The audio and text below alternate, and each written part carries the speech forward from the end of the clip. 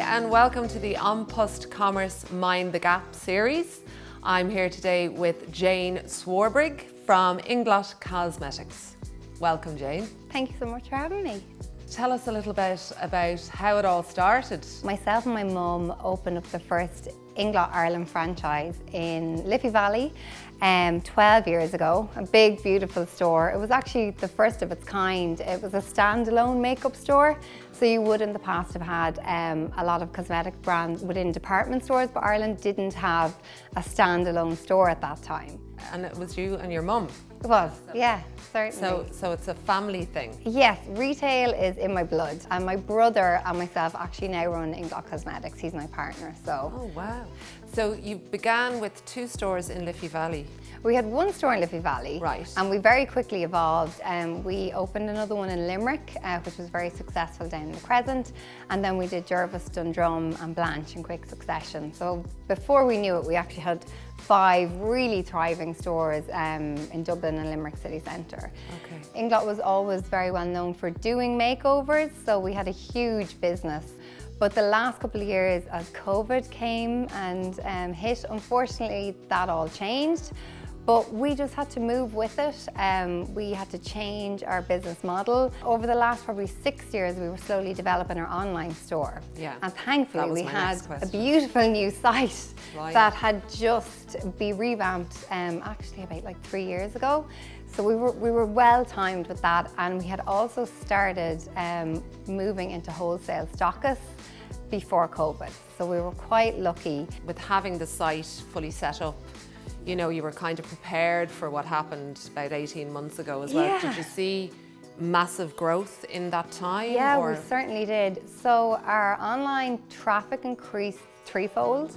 And it was quite busy to begin with, to be honest. Yeah. And our sales increased 350%, Wow. which was something else. Like that Yeah. was incredible. So even though the traffic was increasing, so was the basket size, Okay. which was amazing. But I think On Post actually played a huge pivotal role in that, because we expanded so quickly under that strain of lockdown as well. Yeah. It was amazing to have the support that we did from On Post there, just rolling out such exceptional service for us, and they really upped their game as quickly as we had to as well, which was brilliant. Yeah, I know myself, you know, across our business, obviously, you know, we saw that massive growth as well. But you mentioned earlier on that you have a great relationship on the ground with some of our post people. Yeah, we have Leon and Joe, our delivery guys, and they actually come at least twice a day to our offices. If we're busier, they'll do a 3rd or 4th delivery. So I think on Black Friday we could have had up to 5 vans arriving around that week, which is incredible.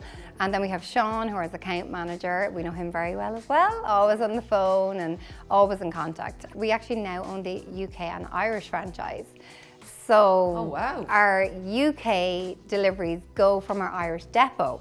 So we were very lucky to have On Post on board for that, because they helped us navigate the Brexit situation.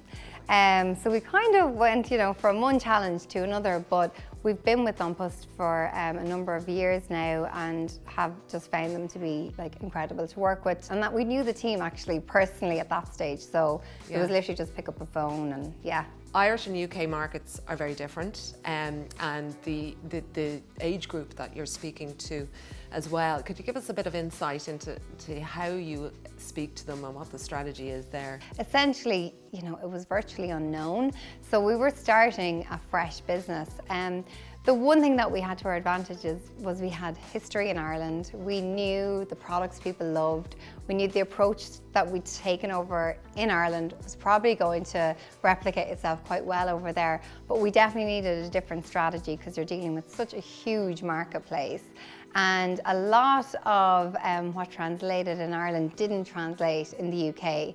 So we really did have to do an awful lot of new networking, communication, seeking out like influencers, collaborators, things like that. There was a lot of work involved. Like we genuinely were starting from scratch. Like it's a massive marketplace there. And we're still babies there, to be honest, but we're growing. We've actually, I'm not sure if I'm allowed to say this, but we've actually just signed that we're going into 50 51 Boots locations this year.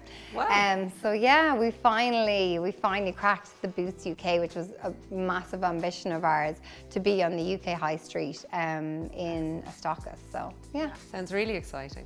Jane, thank you so much for coming and joining us today. It's been really, really interesting speaking with you, and I'm sure that our audience have gotten some great nuggets and pieces of advice there from you as well. So thank you. Absolutely. Thanks for having me. No problem.